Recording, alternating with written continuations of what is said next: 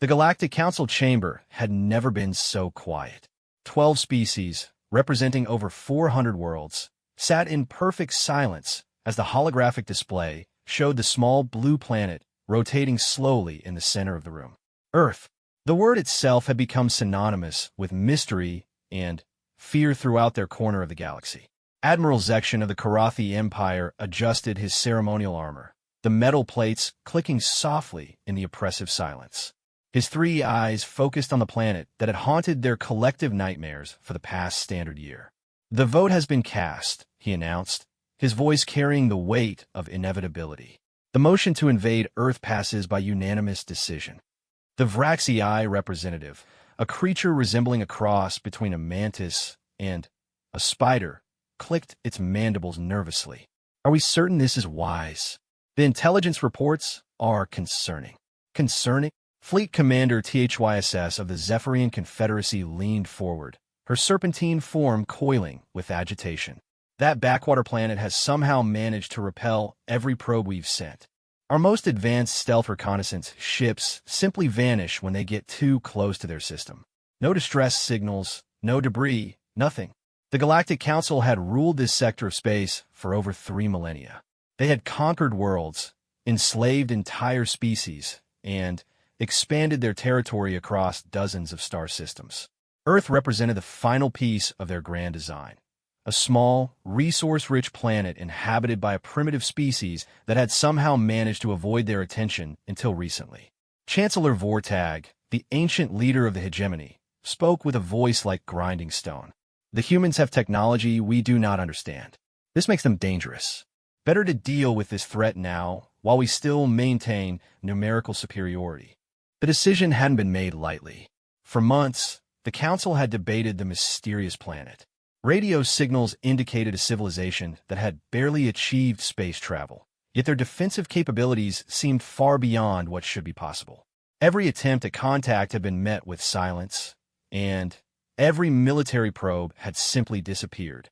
"The invasion fleet will consist of 12 battle groups," Admiral Zekshin continued, calling up tactical displays, "each representing one of our member species. 360 capital ships, supported by over 2,000 smaller vessels. We will arrive simultaneously from multiple vectors, overwhelming any defensive systems they might possess." The plan was simple and had worked countless times before. Arrive in overwhelming force, demand surrender, and, when that inevitable failed, reduce their major population centers to ash. The survivors would be processed for slavery or experimentation, depending on their usefulness. It was efficient, proven, and had never failed.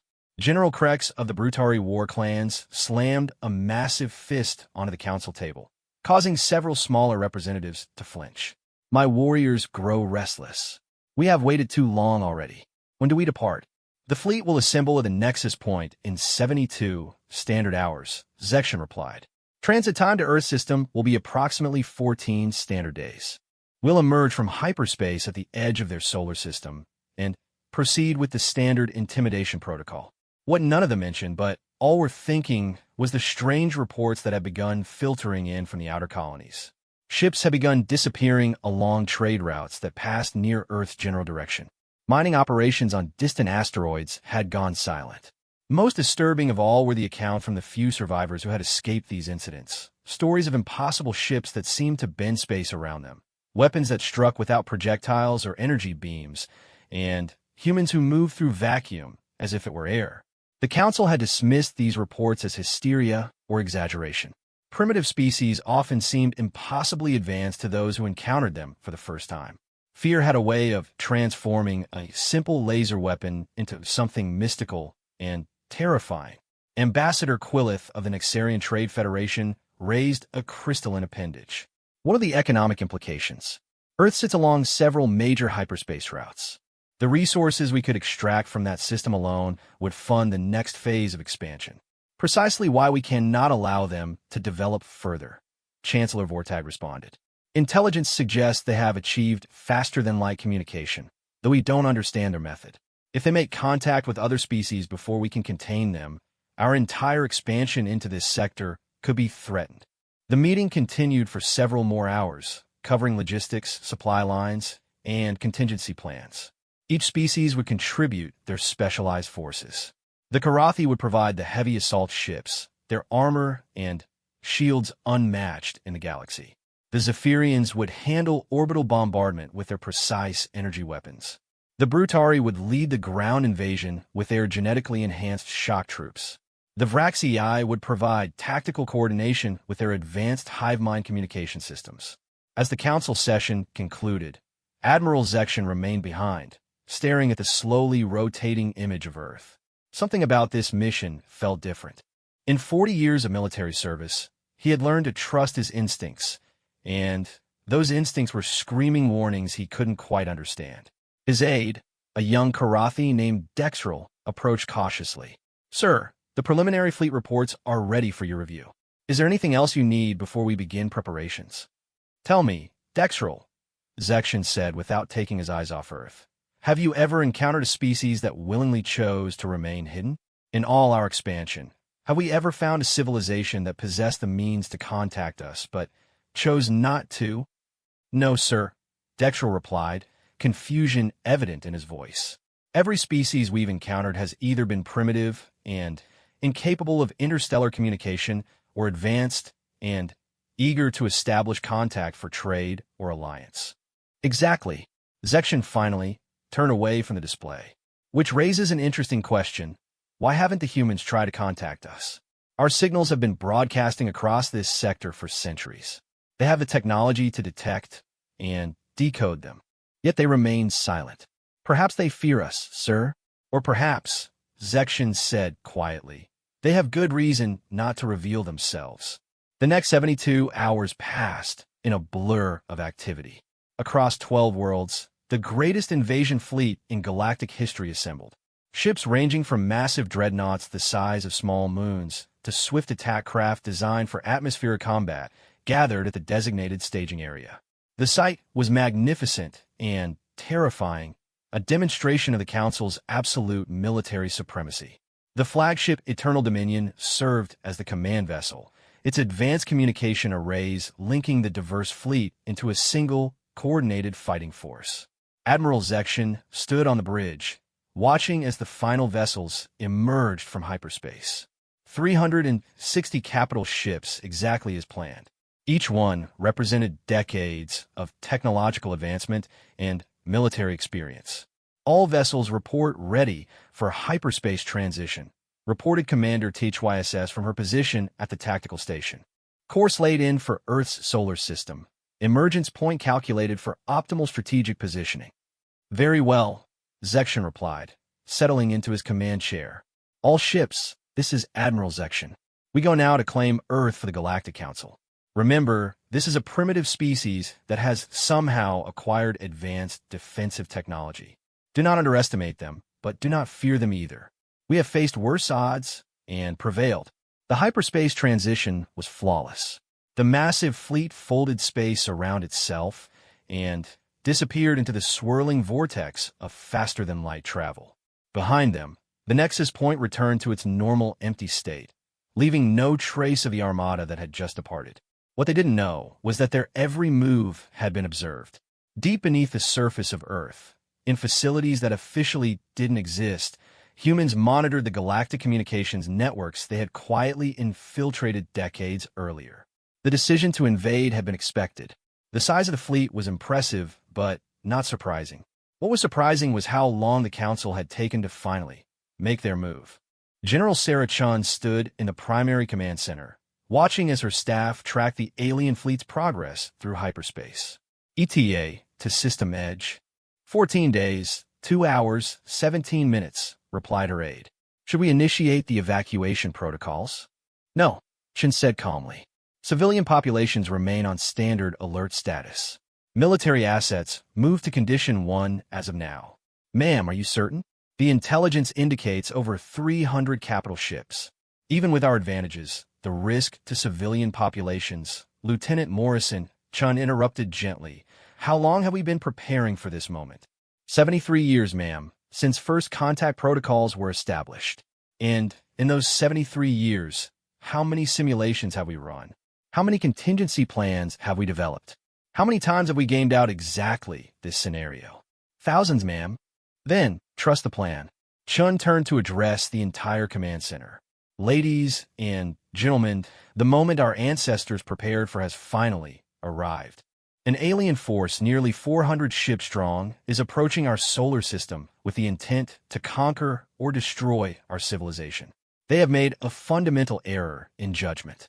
They believe we are primitive. They believe we are defenseless. They believe we will surrender when faced with overwhelming force. She paused, looking around at the men and women who represented the culmination of nearly a century of preparation. They're about to learn why humanity survived the ice ages, why we conquered our own world, and why we never, ever give up without a fight. All stations report readiness status. Across the command center, reports began flowing in. Defense Grid Alpha online and ready. Luna Base reports all weapons systems operational. Mars Command confirms fleet assets deployed and standing by. Asteroid Belt Defense Network acknowledges all platforms active. Deep Space Monitor confirms alien fleet tracking, vector, and timing confirmed. Very good, Chen nodded. Now we wait. In 14 days, our guests will arrive expecting to find a primitive world ready for conquest. Instead, they're going to discover that Earth isn't just inhabited by humans, it's protected by them.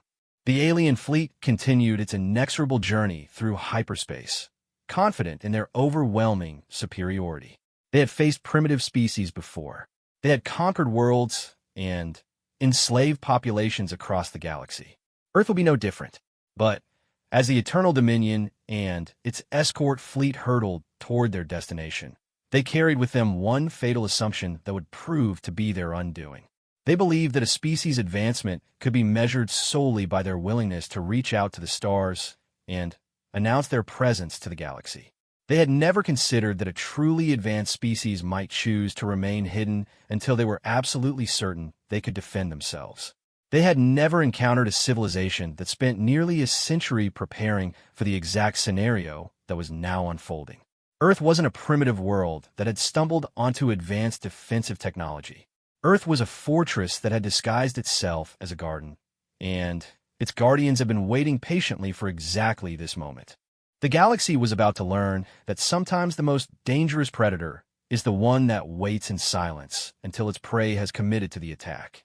The aliens had voted to invade Earth expecting war. They were about to discover that what they had actually voted for was their own Judgment Day. The invasion fleet dropped out of hyperspace at the edge of Earth's solar system exactly as planned. 360 capital ships materialized in perfect formation, their hulls gleaming in the distant light of Sol. Admiral Zekshin felt a moment of satisfaction as his sensors confirmed all vessels had arrived safely and on schedule. Initial scan complete, reported Commander THYSS from the sensor station. The third planet shows significant electromagnetic activity consistent with a technological civilization. Population estimates suggest approximately 8 billion individuals concentrated in major urban centers. Any sign of defensive installations? Admiral Zekshin asked, though he expected the answer. Primitive species rarely maintained significant orbital defenses. Negative, sir. We're detecting several small orbital installations, likely communication satellites or primitive space stations. No obvious weapons platforms or shield generators. The bridge crew relaxed slightly. This was exactly what they had expected to find. A barely spacefaring civilization completely unprepared for interstellar warfare. The mysterious disappearances of their scout ships could be explained by hidden defensive systems, but nothing that could threaten a fleet of this magnitude. Sir, the communications officer called out, we're receiving a transmission from the planet. It appears to be directed at us, specifically. Admiral Zekshin straightened in surprise. In all his years of conquest, no primitive species had ever attempted to communicate during the initial stages of invasion. They usually either fled in terror, attacked desperately, or simply cowered in their settlements, waiting for the inevitable. Put it through, he ordered. The main screen flickered, and suddenly, they were looking at a human female in what appeared to be a military uniform. Her expression was calm, almost relaxed, which struck everyone on the bridge as peculiar. She should be terrified. Greetings, the human said in perfectly clear galactic standard. "I am General Sarachon of the Earth Defense Force. I am speaking to Admiral Zekshin of the Karathi Empire, aboard the flagship Eternal Dominion. Welcome to our solar system." Stunned silence filled the bridge. Not only did this primitive human know their language, she knew Admiral Zekshin's name and the identity of his flagship. Impossible information for a species that had never made contact with the Galactic Council. "How do you know?" Admiral Zekshin began, then caught himself. Showing surprise would indicate weakness. "Human, you will surrender immediately. Your world is now claimed by the Galactic Council. Submit to processing and casualties will be minimized." General Chin smiled, and there was something in that expression that made Admiral Zekshin's scales crawl with unease. "Admiral, I'm afraid there's been a misunderstanding. You see, we've been monitoring your communications network for quite some time. We know about the Council, your expansion patterns, your military capabilities, and your standard conquest protocols." "Impossible, commander d'ici said. Our communication networks use quantum encryption that would take centuries for a primitive species to decode." "Commander THYSS," General Chun said, turning her attention to the Serpentine officer. "We broke your quantum encryption about 40 years ago. It's actually quite elegant, though somewhat predictable once you understand the mathematical principles underlying your quantum mechanics. We've been listening to your council meetings, monitoring your fleet movements, and studying your technology for decades." The bridge erupted in alarm chatter. Admiral Zekshin raised a hand for silence, his mind racing. If the humans had truly been monitoring their communications, then they knew about the invasion fleet from the moment it was planned. They knew the exact force composition, the strategy, everything. "Even if what you claim is true," Admiral Zekshin said carefully, "you face a fleet of over 300 ships. Your world has no significant orbital defenses. Surrender now, and your species will be granted standard subject status within the Council." "That's very generous," General Chin replied, her tone suggesting she found the offer amusing. "However, I'm afraid we must decline. You see, Admiral, we have a different perspective on the concept of defense." "What do you mean?" "You look at our solar system and see empty space with a few small installations.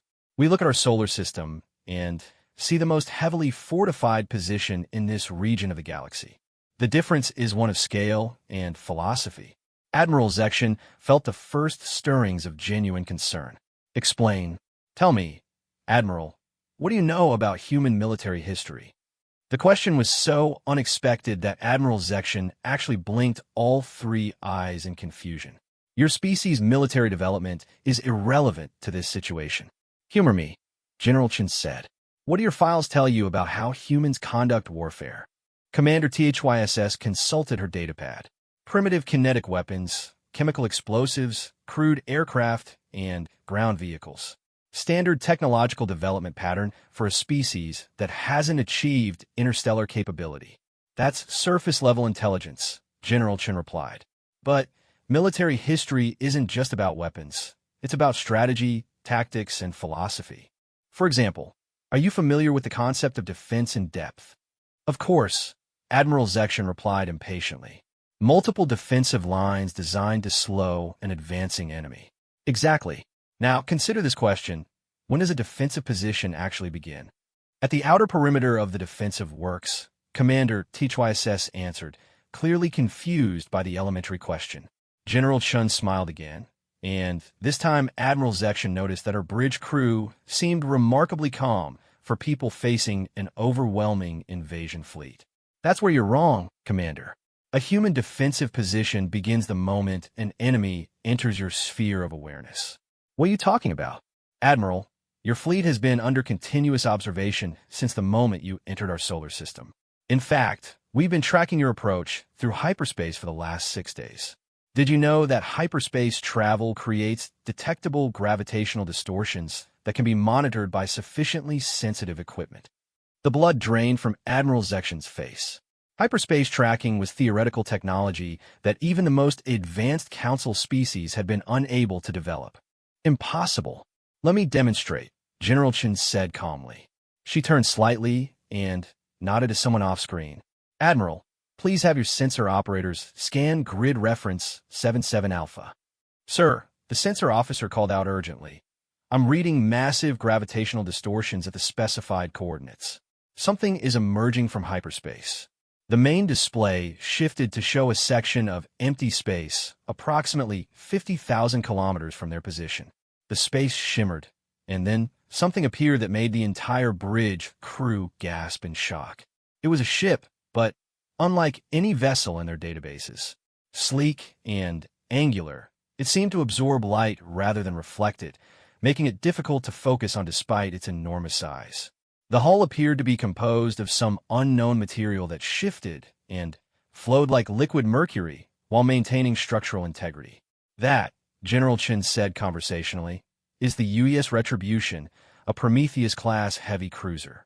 She's approximately 2 kilometers in length and mounts weapon systems based on principles that I suspect your science hasn't discovered yet.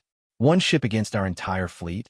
Admiral Zekshin managed to say, though his voice cracked slightly. Oh, Admiral, you misunderstand. The Retribution isn't here to fight your fleet. She's here to serve as a communications relay and observation platform. General Chen paused. The ships that will fight your fleet are already in position. What ships? Our sensors show no other vessels. That's because they don't want to be seen yet. Human military doctrine emphasizes the element of surprise. We've spent 70 years developing stealth technology specifically designed to defeat sensors based on Council principles. Admiral Zekshin looked around his bridge frantically. Every officer was staring at their instruments with growing alarm. Sir, the sensor operator whispered, I'm beginning to detect anomalous readings throughout the system. It's like space itself is wrong somehow. What do you mean? There are shadows in our sensor returns. Areas where the readings don't match the visual spectrum, and the gravitational fields aren't behaving the way they should. General Chen nodded approvingly. Your sensor operator is quite skilled. What you're detecting is the presence of nearly 400 human vessels that have been stationed throughout this system for the past month.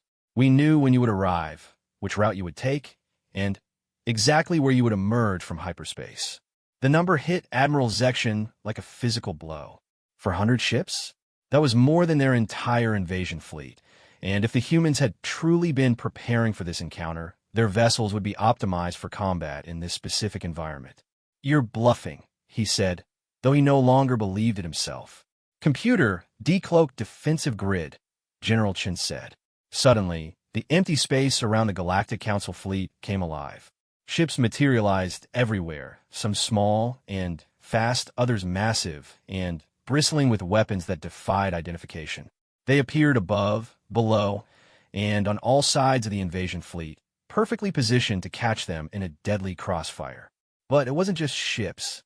Massive installations that had been completely invisible to their sensors revealed themselves attached to asteroids, hidden within the rings of the outer planets, and floating free in apparently empty space.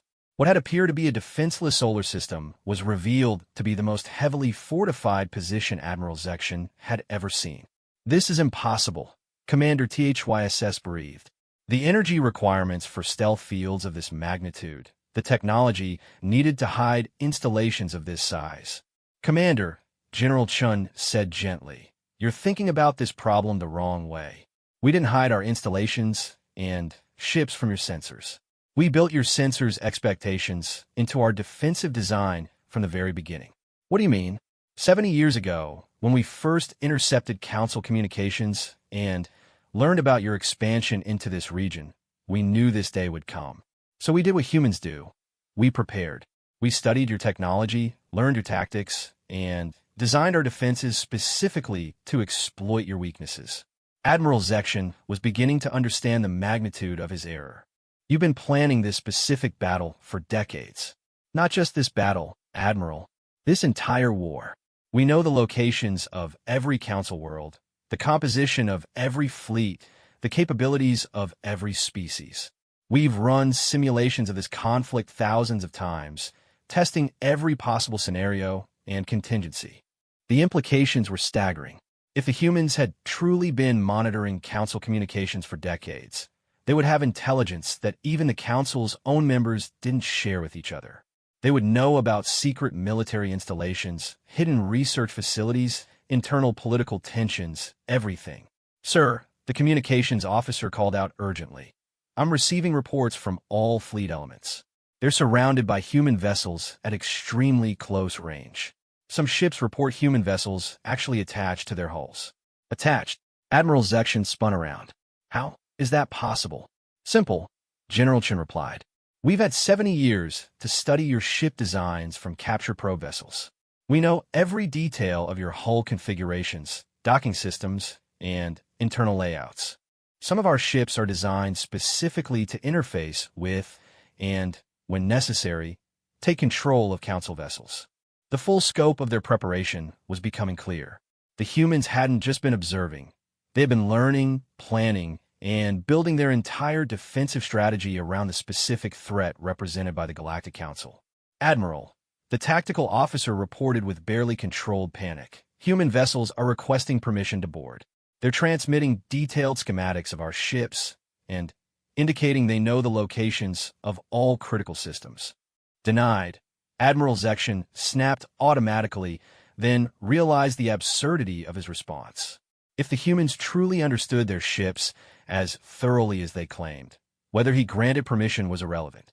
Admiral, General Chen continued, her voice still maddeningly calm. We need to discuss terms. Terms? The terms of your surrender.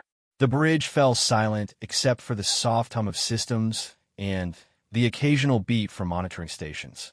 Admiral Zekshin stared at the human on his screen, trying to process what she had just said. You expect us to surrender? To you. Admiral, let me explain your current situation. Your fleet is surrounded by superior forces that know your capabilities in detail, while you know virtually nothing about ours. Your ships are operating in our territory, using tactics we've spent decades preparing to counter.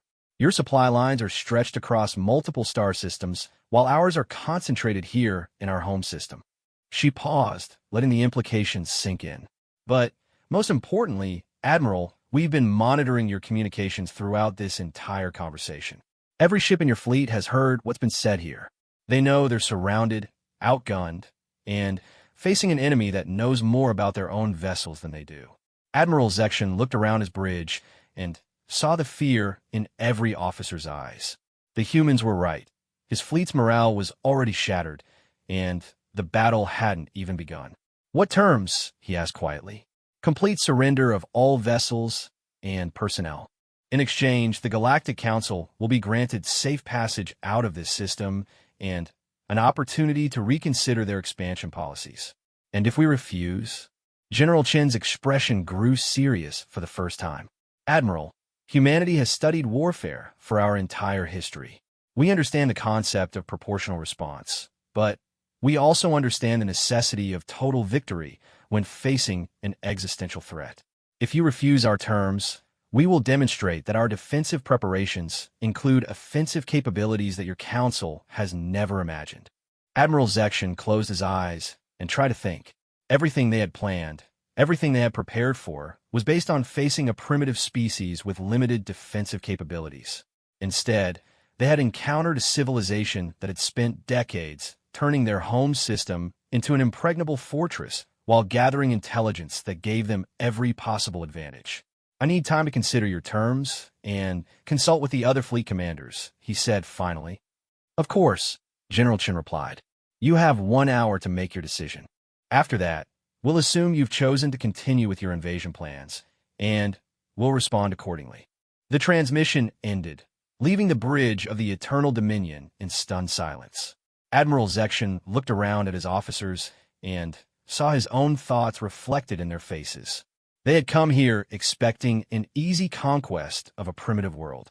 Instead, they had sailed their entire fleet into what amounted to the galaxy's most sophisticated trap. The humans had been waiting for them, and they had been ready. The emergency conference call connecting all 12 fleet commanders was unlike anything Admiral Zekshin had ever experienced. The secure quantum communications network that had always been the backbone of Council coordination now felt compromised, knowing the humans had been listening to their conversations for decades. General Krex of the Brutari war clans was the first to speak, his massive frame filling the holographic display.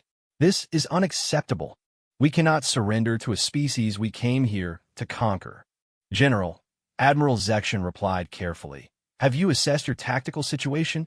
My ships are surrounded by vessels that appeared from nowhere, Krex admitted grudgingly. But Brutari warriors do not fear death. We will fight our way out of this trap. Fleet Commander THYSS coiled nervously on her display. Krex, look at the tactical data. These human ships aren't just surrounding us. They're positioned with mathematical precision. Every possible escape vector is covered. Every weapon arc is blocked. This level of tactical coordination is impossible without detailed knowledge of our capabilities. The Vraxii collective agrees, chittered Hivemind speaker Zach, its multiple eyes focusing independently. The positioning patterns indicate they have modeled our combat behavior down to individual ship responses. They know how we fight before we know how we fight. Chancellor Vortag's ancient voice carried across the channel like stone grinding on metal. How long have they been watching us? If they truly broke our quantum encryption decades ago, what else do they know? The question hung in the silence like a curse. Admiral Zekshin had been thinking the same thing. If the humans had been monitoring Council communications for 70 years, they would have access to information that could destroy the entire galactic order.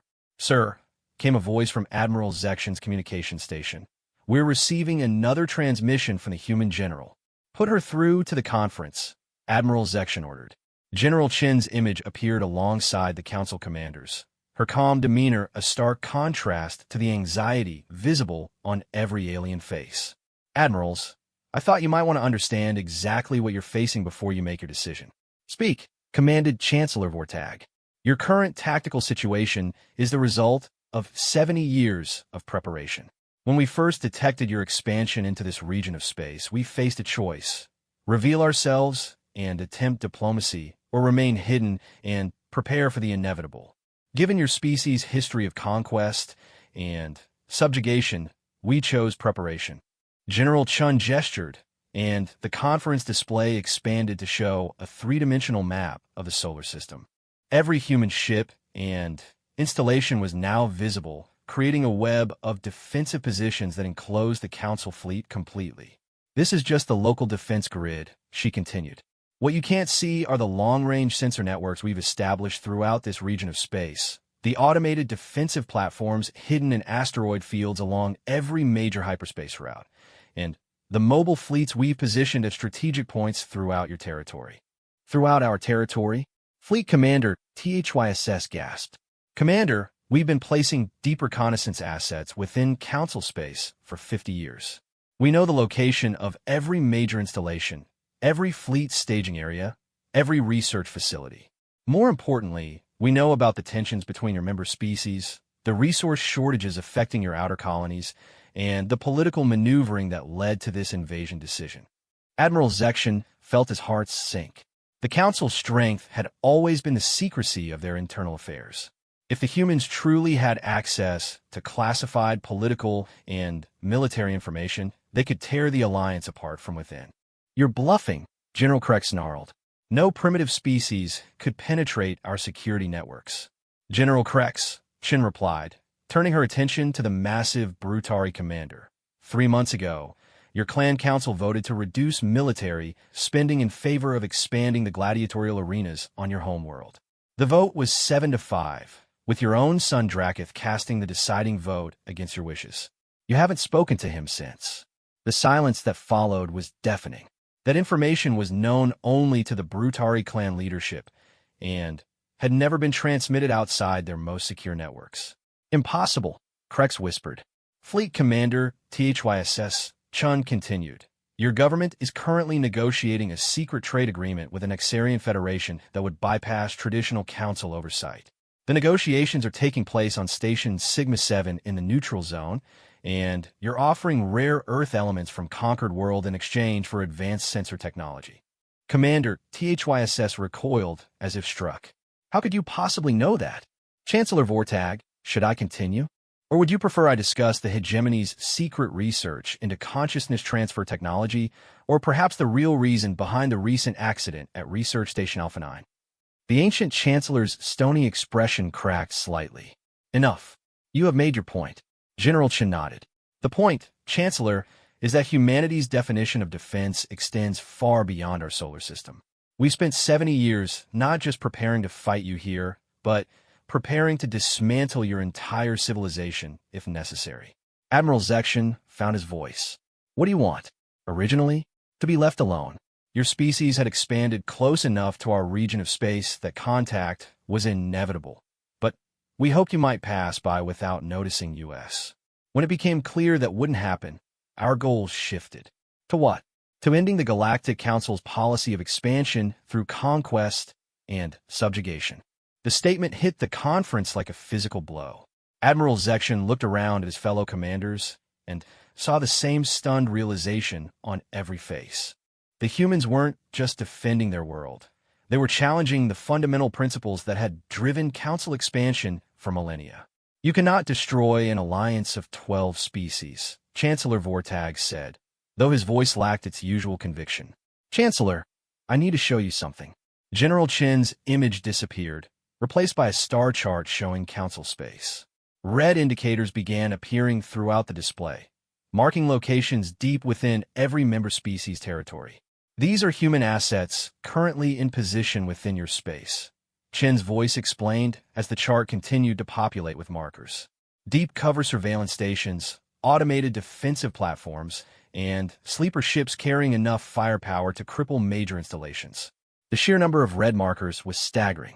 They were everywhere, surrounding homeworlds, positioned along major trade routes, hidden in asteroid belts, and nebulae that the Council had considered secure.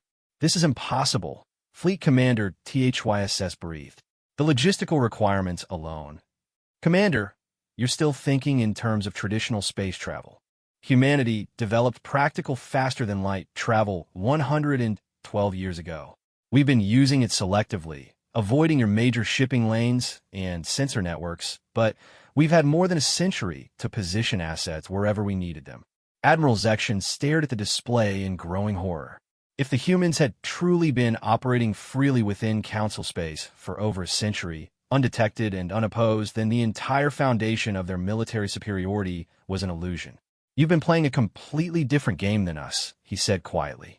Yes, General Chen replied, her image reappearing. While you were expanding through conquest and building an empire based on military intimidation, we were building intelligence networks and preparing for the day when our civilizations would inevitably collide. What happens now? Asked Hivemind Speaker Zach. That depends on your choice. You can surrender your fleet and accept that the age of Council expansion is over, or you can refuse and discover what 7 decades of human military innovation can accomplish when applied offensively rather than defensively. General Krex's image leaned forward aggressively. You threaten us, but you haven't actually demonstrated any weapons that could threaten our full fleet strength. General, Chen replied patiently, you're operating on the assumption that we would engage in traditional space combat. But human military doctrine emphasizes asymmetric warfare and the application of superior technology to achieve decisive results. Meaning we don't need to destroy your ships to defeat your fleet. Before anyone could ask what she meant, alarms began sounding across every ship in the Council fleet simultaneously. Admiral Zekshin's bridge erupted in panic as systems began failing throughout the ship. Sir, main engines are offline, reported his engineering chief. No, wait, they're not offline. They're not responding to commands. Weapon systems show ready status, but firing controls are locked out, called a tactical officer. Life support is functioning, but we can't access environmental controls, added another technician. Similar reports flooded in from every ship in the fleet. All systems were operational, but command and control had been severed. The ships were flying coffins, fully functional, but completely unable to respond to their crew's commands. Ow! Admiral Zekshin asked, staring at General Chen's image. 70 years ago, we captured and analyzed several of your probe ships. We learned that all Council technology shares common principles in computer architecture and command protocols. Since then, we've developed what you might call a technological virus, a program designed to infiltrate and control Council systems at the fundamental level.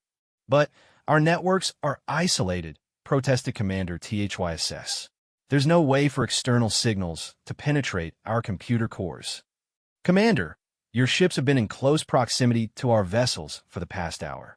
We've been transmitting the virus through quantum field fluctuations that your sensors can't even detect.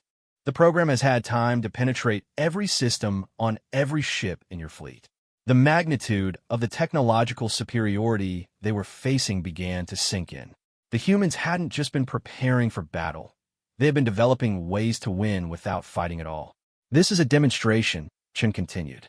We could just as easily have programmed the virus to shut down life support or detonate your fusion reactors. Instead, we've simply taken control of your ships to prove a point. What point? Chancellor Vortag asked, his ancient voice heavy with defeat. That your military advantage is based on assumptions that are no longer valid. You assume that technological superiority can be measured by the size of your ships or the power of your weapons. But true technological superiority lies in understanding the fundamental principles that govern the technology itself. Admiral Zekshin looked around his bridge, watching his crew frantically try to regain control of their own ship. Everything they had believed about their military supremacy was crumbling around them. You have 47 minutes remaining to make your decision, General Chen said. Surrender your fleet, and you'll be allowed to return to Council space with a message from humanity. Refuse, and we'll begin demonstrating what 7 decades of technological advancement can accomplish when applied to the problem of dismantling an interstellar empire. What message? Admiral Zekshin asked. That the age of expansion through conquest is over. That any species that attempts to threaten Earth or its allies will face the full technological and military might of humanity. And that the galaxy has a new power that prefers peace, but is fully prepared for war. The conference call fell silent as each commander contemplated the impossible situation they faced. They had come here as conquerors and found themselves completely outmatched by a species they had dismissed as primitive. Admiral Zekshin looked at the tactical display, showing his helpless fleet surrounded by human vessels that had appeared from nowhere. He thought about the intelligence networks the humans had built within Council space, the technological viruses that could seize control of their most advanced ships, and the clear demonstration that humanity was operating on a completely different level of strategic thinking. For the first time in his 40-year military career, Admiral Zekshin faced the possibility of total, unequivocal defeat. Not just a tactical loss or a strategic setback, but the complete collapse of everything he had believed about galactic military power. General Chun, he said finally, we need to discuss terms. The reckoning had begun, and the Galactic Council was discovering that voting to invade Earth had been the greatest mistake in their civilization's history. The surrender negotiations took place aboard the human vessel Retribution, and Admiral Zekshin found himself struggling to comprehend what he was seeing. The ship's interior defied every principle of space vessel design he had learned in 4 decades of service. The corridors seemed to bend and flow like living tissue. The walls displayed images that weren't quite holograms but seemed more real than reality itself, and the artificial gravity felt more natural than anything the Council's most advanced ships could achieve. The ship is grown, not built, explained Captain Rodriguez. The human officer is escorting them through the vessel. Biological engineering combined with quantum mechanics and material science that your databases probably don't have terms for yet. Admiral Zekshin walked alongside the human captain, studying the seamless integration of what appeared to be organic and mechanical systems. Behind him, the other council commanders maintained varying levels of composure. General Krex kept reaching for weapons that had been politely confiscated, while Chancellor Vortag seemed lost in thought, his ancient mind trying to process the implications of what they were experiencing. How long? Admiral Zekshin asked suddenly. Sir, Captain Rodriguez replied. How long have your people possessed this level of technology? Captain Rodriguez considered the question carefully. The theoretical foundations were established about 90 years ago. Practical applications began around 60 years ago. Full integration into our military systems has been ongoing for the past 40 years, which meant, Admiral Zekshin realized with growing dismay, that humanity had possessed technology superior to anything in the Council's arsenal for longer than most of their current military personnel had been alive. The humans hadn't just been hiding their presence. They had been deliberately maintaining the appearance of primitiveness while developing capabilities that made the Council's greatest achievements look like children's toys.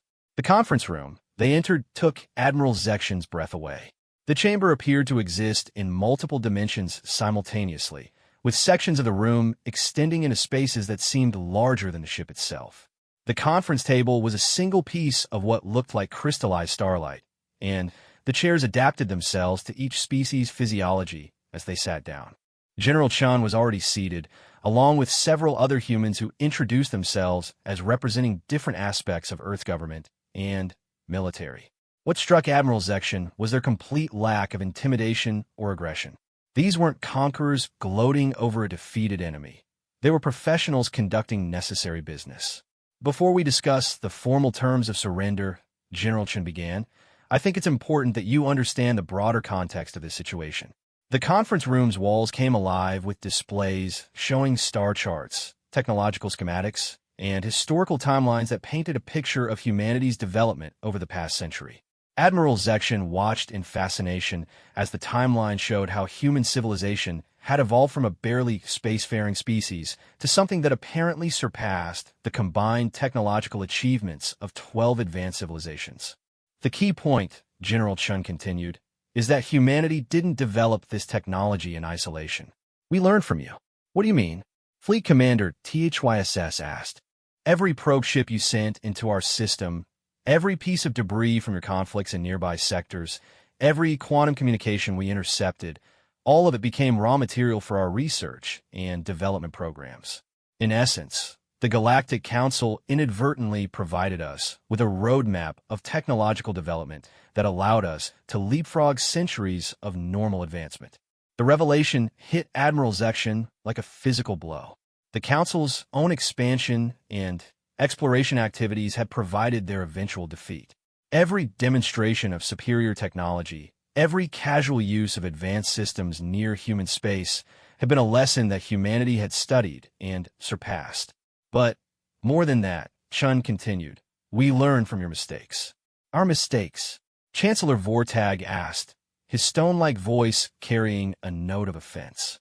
The fundamental flaw in the Council's approach to expansion and governance.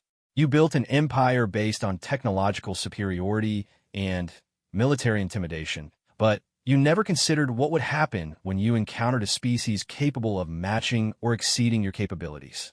Dr. Sarah Kim, introduced as humanity's chief xenosociologist, leaned forward. Our analysis of Council expansion patterns revealed a consistent approach. Identify a target species, demonstrate overwhelming technological superiority, demand submission, and integrate their resources into your existing power structure.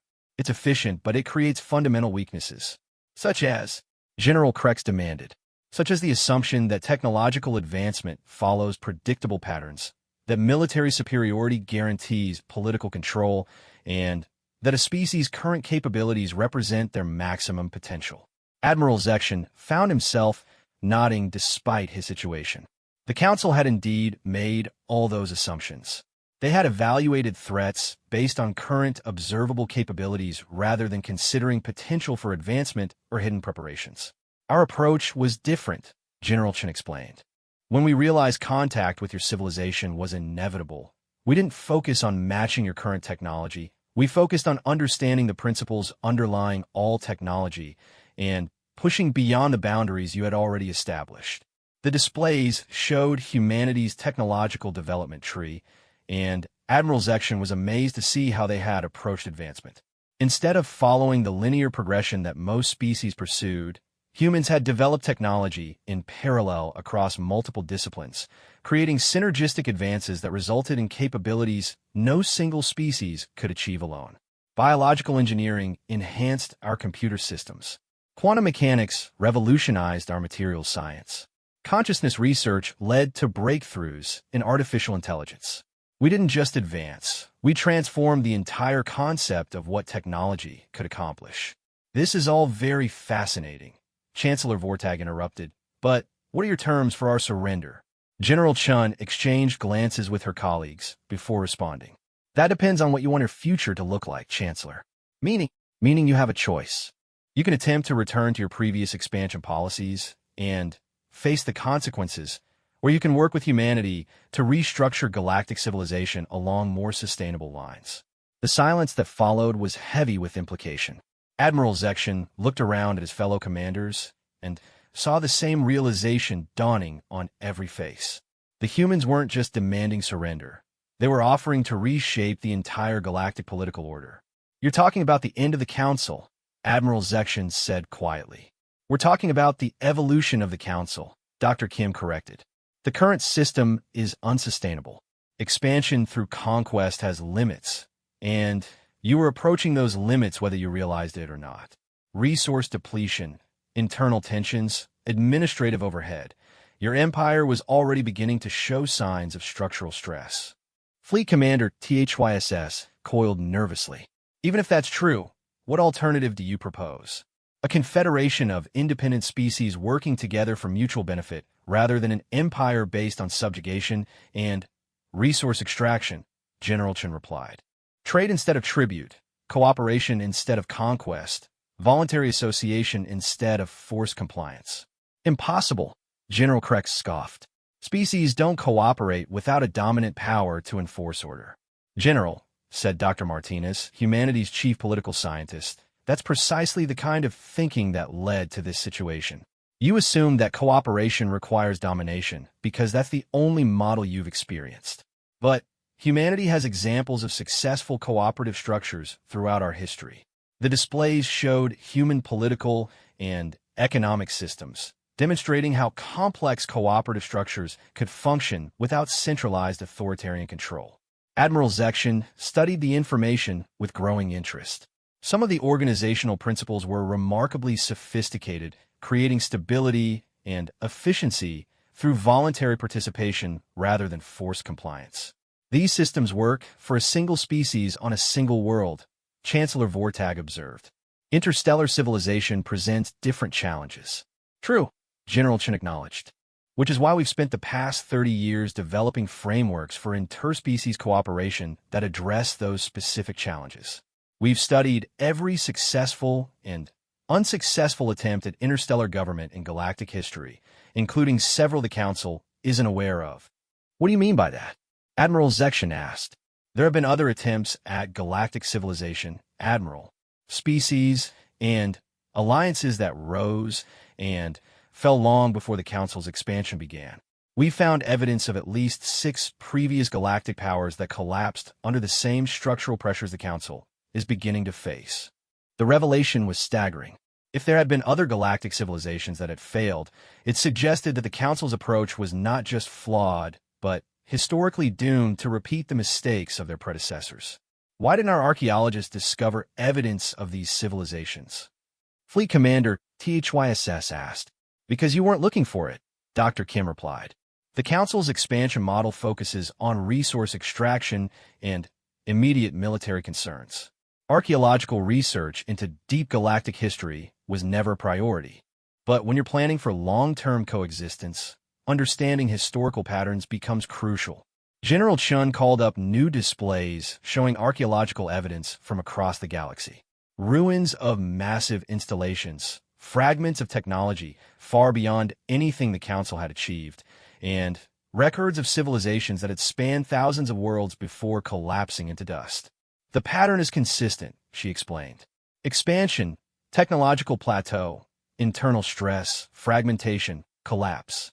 Every previous galactic civilization followed the same basic trajectory, and the Council is currently in the early stages of that same decline." Admiral Zekshin studied the historical timeline with growing fascination and dread. The evidence was compelling, and it suggested that the Council's current path led inevitably to civilizational collapse within the next few centuries. "But if you know the pattern," he said slowly, "you know how to avoid it." "Exactly," General Chen smiled. "Humanity's advantage isn't just technological, it's historical and philosophical. We've studied the failures of the past and designed our approach to avoid repeating them." "What specifically are you proposing?" Chancellor Vortag asked. Dr. Martinez stood and activated a new set of displays. "A gradual transition from the current Council structure to a voluntary confederation. Member species retain complete autonomy over their internal affairs while cooperating on matters of mutual interest, trade, exploration, scientific research, and defense against external threats. Who ensures compliance with agreements? General Krex demanded. The same forces that ensure compliance in any successful cooperative structure, mutual benefit and voluntary participation. Species that benefit from cooperation have incentive to maintain it. Species that don't benefit are free to leave. And if someone cheats or breaks agreements, then they lose access to the benefits of cooperation, General Chen replied. Economic sanctions, restricted trade access, exclusion from joint research projects. Most violations of cooperative agreements are self-correcting when the consequences are immediate and proportional. Admiral Zekshin found himself actually considering the proposal. It was radically different from everything he had believed about galactic governance, but the alternatives were becoming increasingly unattractive. Return to the Council's expansion policies and face humanity's technological superiority or attempt to evolve into something new. What about military defense? Fleet Commander THYSS asked. Without a centralized fleet structure, how do we protect ourselves from external threats? Cooperative defense, Dr. Martinez explained. Each species maintains their own defensive capabilities while participating in joint training, intelligence sharing, and coordinated response to threats that affect multiple systems. Like the threat you represent? General Krex asked pointedly. Exactly like the threat we represent, General Chun replied without hesitation. Humanity's military capabilities were developed specifically to counter the Council's expansion model. In a cooperative framework, those same capabilities become assets for collective defense rather than threats to member species. The offer was elegant in its simplicity. Humanity was proposing to transform from an existential threat into the Confederation's ultimate security guarantee, provided the member species were willing to abandon their conquest-based policies. You're asking us to trust you completely, Admiral Zekshin observed. No, General Chen corrected. We're asking you to trust the system we're proposing. Humanity would be bound by the same agreements and subject to the same consequences as every other member species. And if we refuse? The atmosphere in the room shifted subtly. General Chen's expression remained calm, but something in her eyes hardened slightly. Then, you return to Council space with a message that the age of expansion through conquest is over. Any attempt to threaten Earth, its allies, or any species seeking to withdraw from the Council's authority will result in direct intervention by humanity. Military intervention, Admiral Zekshin said. Total intervention, General Chun corrected. Military, economic, technological, and political. We have the capability to isolate the Council completely, cutting off trade routes, disrupting communications, and making it impossible to maintain your current governmental structure. The threat was delivered without emotion or aggression, which somehow made it more terrifying. These weren't conquerors threatening destruction. They were engineers explaining the inevitable consequences of poor design choices. Admiral Zekshin looked around the conference room at his fellow commanders. General Krex was struggling with the concept of voluntary cooperation, his warrior culture unable to easily accept solutions that didn't involve domination.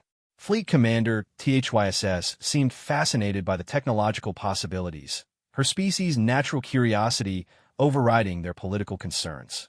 Chancellor Vortag appeared to be conducting complex calculations in his ancient mind, weighing thousands of years of political experience against the new realities they faced. How long do we have to decide? Admiral Zekshin asked finally. As long as you need, General Chen replied. But understand that every day the current system continues. More species suffer under its policies, and the eventual transition becomes more difficult to manage. Admiral Zekshin nodded slowly. The humans had given them much more than surrender terms. They had provided a roadmap for transforming galactic civilization itself. Whether the Council would be wise enough to take that path remained to be seen. But one thing was absolutely certain. The galaxy would never be the same again. 6 months after the surrender at Earth, Admiral Zekshin stood in the renovated Council chambers on Nexus Prime, watching representatives from 47 species debate the final provisions of what was being called the Galactic Cooperation Accord. The chamber had been redesigned based on human suggestions, creating an environment where no single species held a dominant position and all voices could be heard equally. The transformation had been remarkable to witness. What had begun as a desperate attempt to avoid complete destruction had evolved into the most comprehensive restructuring of galactic civilization in recorded history.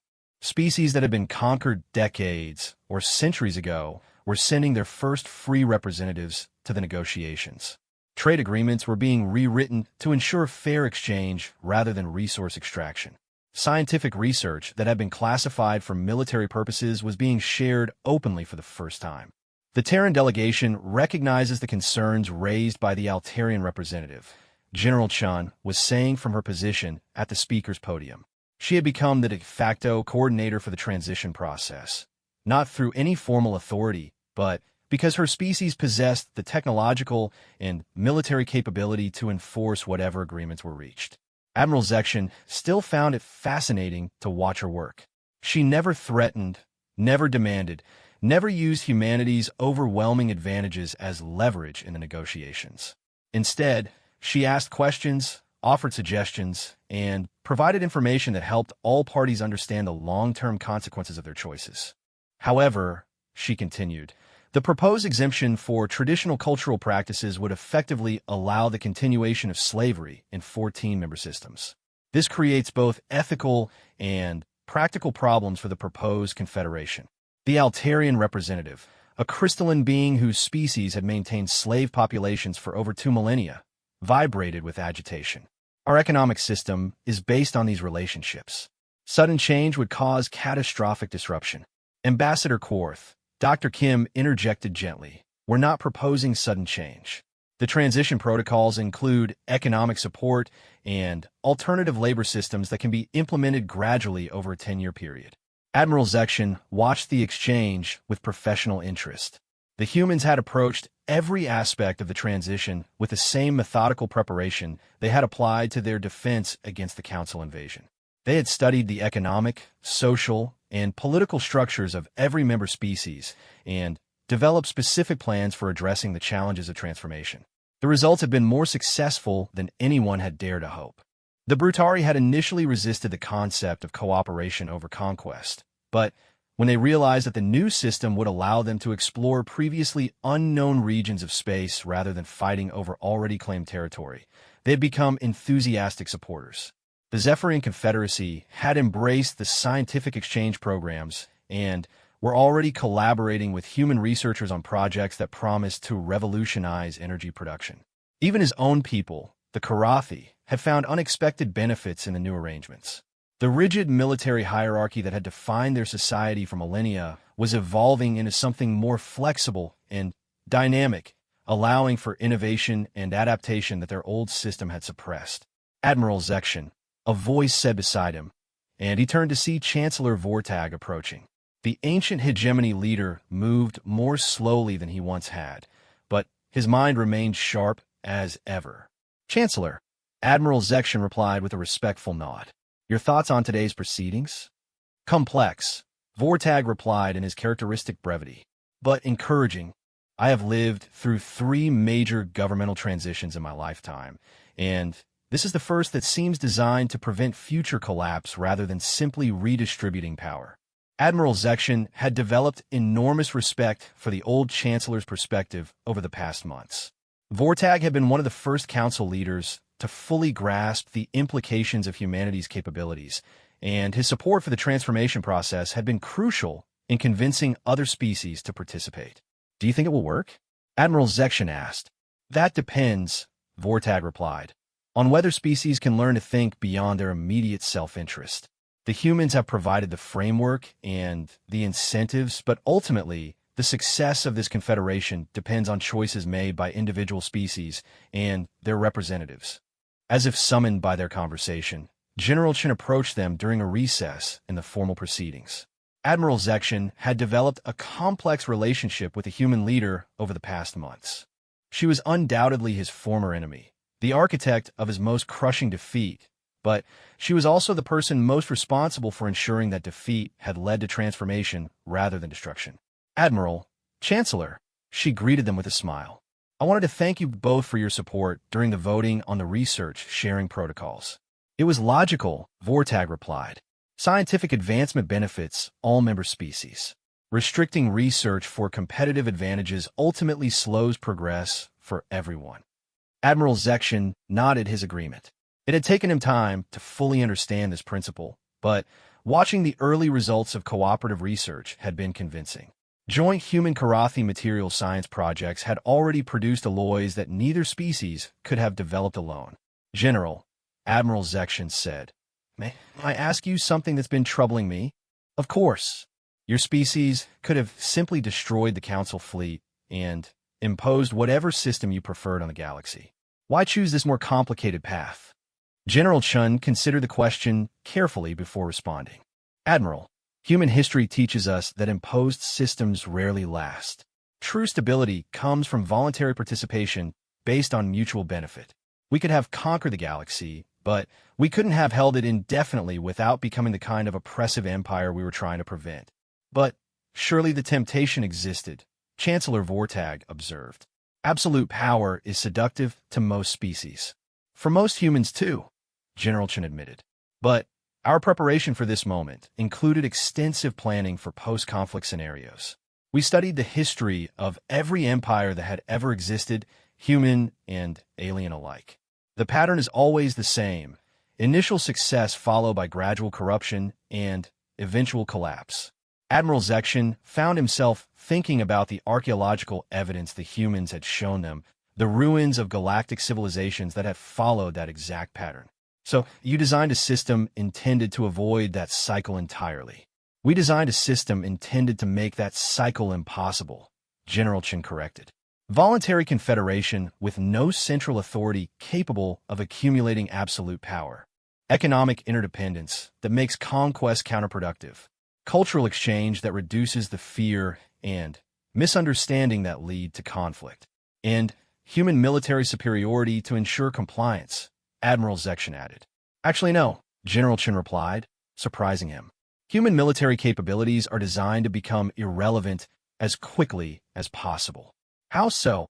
"The Confederation's long-term security depends on every member species developing their own advanced defensive capabilities.